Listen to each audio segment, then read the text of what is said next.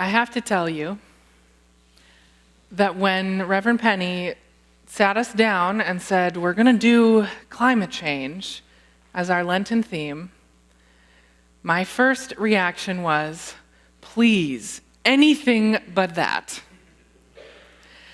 It's not that I don't care. I think it's kind of the opposite.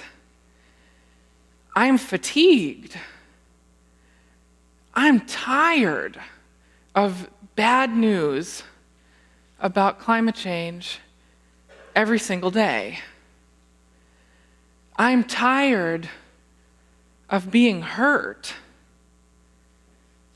by being disappointed over and over, seeing the thing we need to do and the thing that we do separated by this huge chasm. I'm tired of seeing the information and the science and knowing all the things that are coming. I'm tired of paying attention to what is coming. I'm tired of my own anxiety. I'm tired of my own culpability. I'm tired of having to look at my own face in the mirror every day and seeing a person who is contributing more to the problem than the solution, despite what is maybe not my best effort, but my second best effort. Despite putting some substantial effort in, even if it's not maybe quite as much as I could do, looking at my own face and seeing the face of someone who is doing more harm than good. I'm tired. And so, when Reverend Penny said, we're doing climate change, and every week, the sermon is going to be hopeful. And I said, great, count me out. I'm tired of that. I'm tired of people telling me that I have to have some hope about this. I'm tired of people telling me, keep the faith. If we just do what we know we need to do, we can do this. Because I have heard that before, over and over.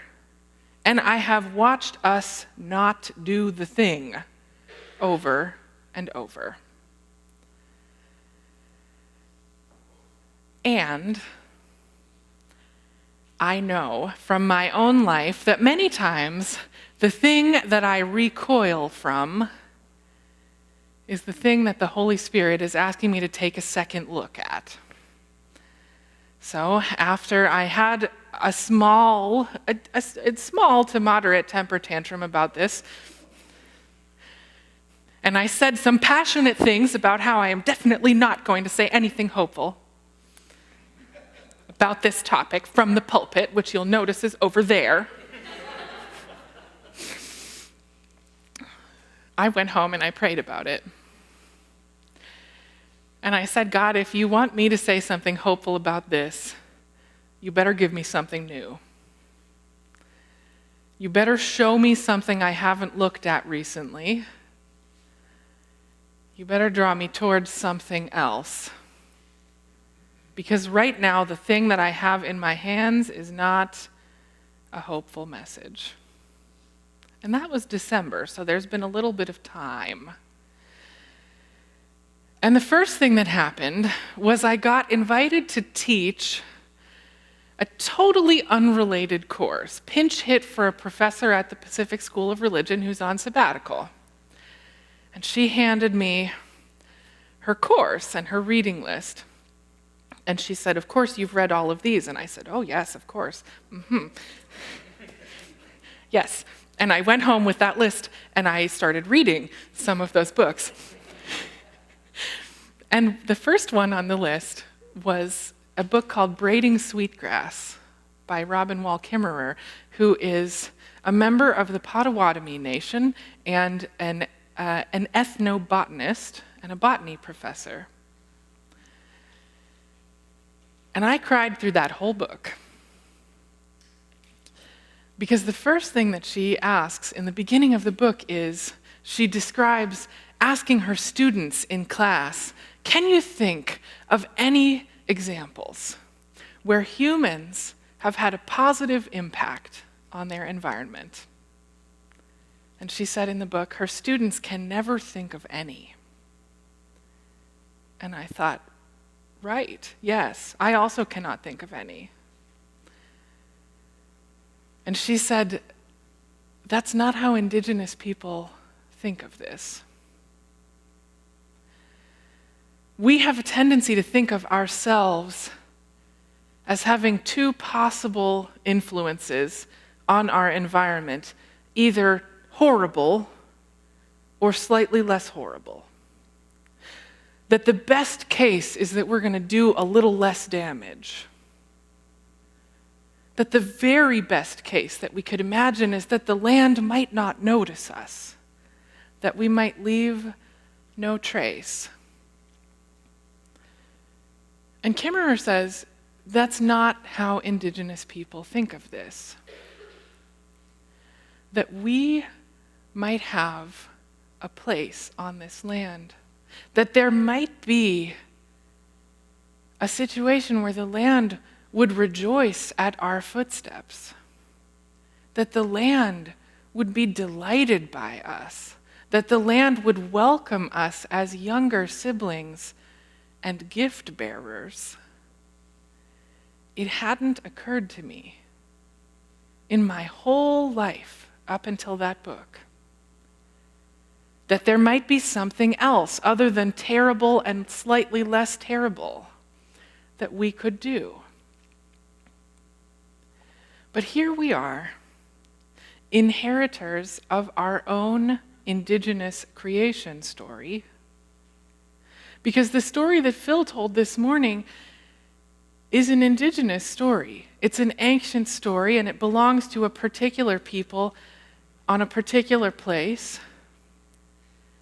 And we may not be genetic inheritors of that story necessarily, but we are descendants in faith. And we have this story of a God who prepares a place for us, who created things in a particular order, setting things in place one by one, and waiting until the very last second before things were ready for us, not so that we could come and subdue and conquer what had come, but because we couldn't do without any of that. We're last in line, not in the sort of hierarchy where pieces are put in place like this, but because we're the youngest ones and the most vulnerable. The ones who need everything else before we can survive and thrive. But just because we came last doesn't mean we have nothing to offer. Kimmerer describes the traditional practice of growing the three sisters plants together, beans and corn and squash, planting those three seeds together so that each plant can nourish the other and protect, so that the squash can grow along the ground and take care of other competing plants, so that the corn can shoot up first and provide a scaffold, and the beans will grow up the corn stalk at just the right pace, so that all three can thrive. But you know what can't happen without us is those three seeds showing up in exactly the right place together. Those three sisters can only grow together in that beautiful synergy because of the fourth sister, the planter, the person who comes and says, here, be well together. I think I cried through that whole book, page by page,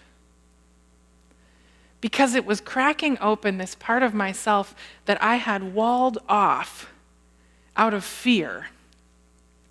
because I'm just tired of being heartbroken about this. I'm just weary about it. But I think the Holy Spirit was saying, look, there's no way around this but through. And there's no way through without opening yourself to what is ahead. There's no way through well without engaging with our hearts and not just our minds. And I received this picture, this metaphor of climate change, of the crisis that is already around and among us, as a very wounded person with hands outstretched, holding gifts. The crisis is real. And I don't mean to valorize it or to say that God wanted things to be this way. I do not believe that. And yet here we are. And this has the potential to transform us. To transform us not just in the way that we produce energy or get around, not just in the way that we grow our food, or manage our medicine, or manage anything else about our society. This has the potential to transform the way we understand ourselves, who we are in the rest of creation. Not destroyers and not rulers, but creatures with our own gifts to offer. Gifts of attention and poetry, gifts of placing those seeds together, gifts of welcome.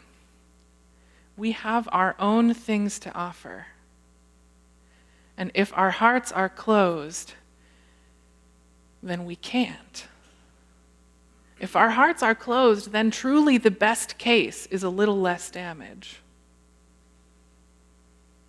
But if our hearts are open, if we can truly see and lament things as they are and as they came to be, this has the potential to be,